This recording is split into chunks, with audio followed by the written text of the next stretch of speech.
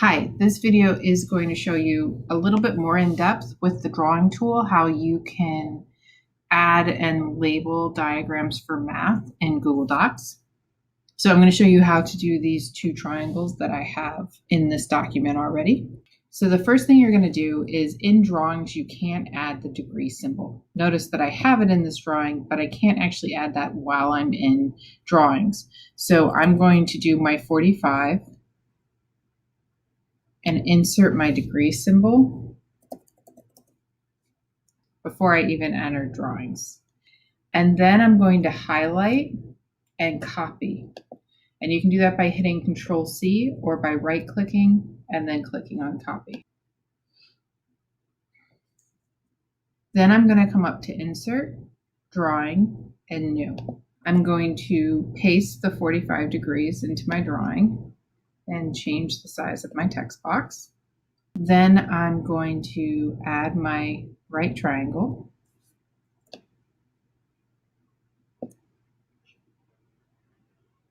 And I like a transparent background, so I'm going to set my background. I can now move my 45 degree label into my triangle. I can also come down by clicking on the text box icon, and I can add my variable down here.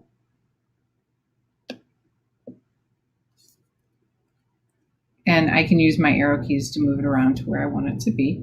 I can also add a square in the corner. Now I'm going to hold Shift while I draw this square so that it's a perfect square.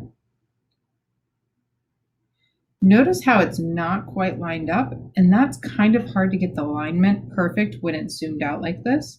So you can either zoom in with the magnifying glass, which is right here, or what I prefer to do is if you hold Control Alt and then click on the plus sign, you can zoom in, which is a little bit faster, and that will give you some finer movement so that you can perfectly line things up if that's important to you. So the next thing I'm going to do is come up to Shapes and come to this little arc, and now I can get an arc kind of where I want it. And I can change with using these yellow circles. If I want to make the arc more pronounced, I can do that. I can also rotate it. Once I've made and twisted my arc, I can make a copy of it over here. It's easier to make the copy in the blank space. And then I can move my arcs into the triangle.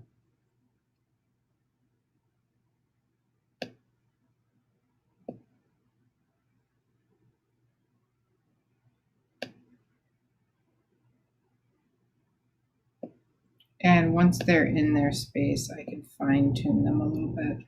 I can also zoom in with my Control Alt plus sign trick.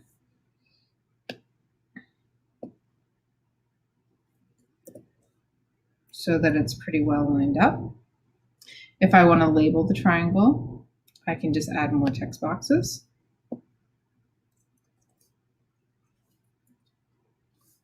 And you can, if you hold down Control Shift and then drag, it will make a copy of the text box and then pull it over.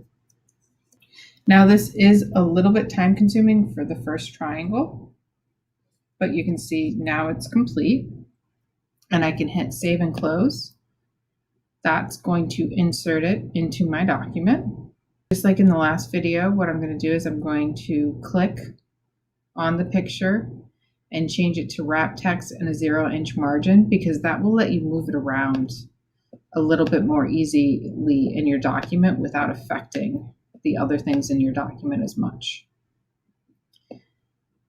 Now, instead of making the second triangle from scratch, what I'm going to do is I'm going to make a copy of this triangle. So I'm going to copy by hitting Control C, or I can right click and hit copy. And then I'm going to click in this blank space and click Control V, or you can right click and select paste. And now I can go into this triangle and edit it.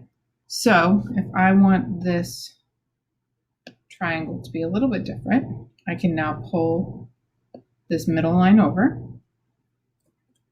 and I can zoom in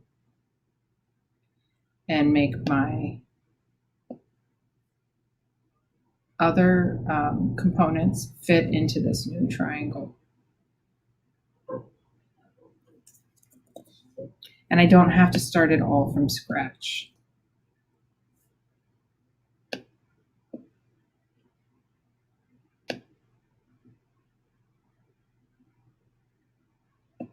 And notice again, I couldn't quite get that in the way I wanted to. So I'm just going to zoom in because it gives me that finer detail.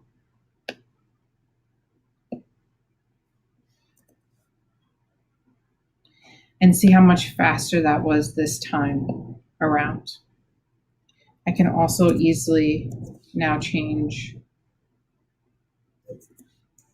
the name of my triangle.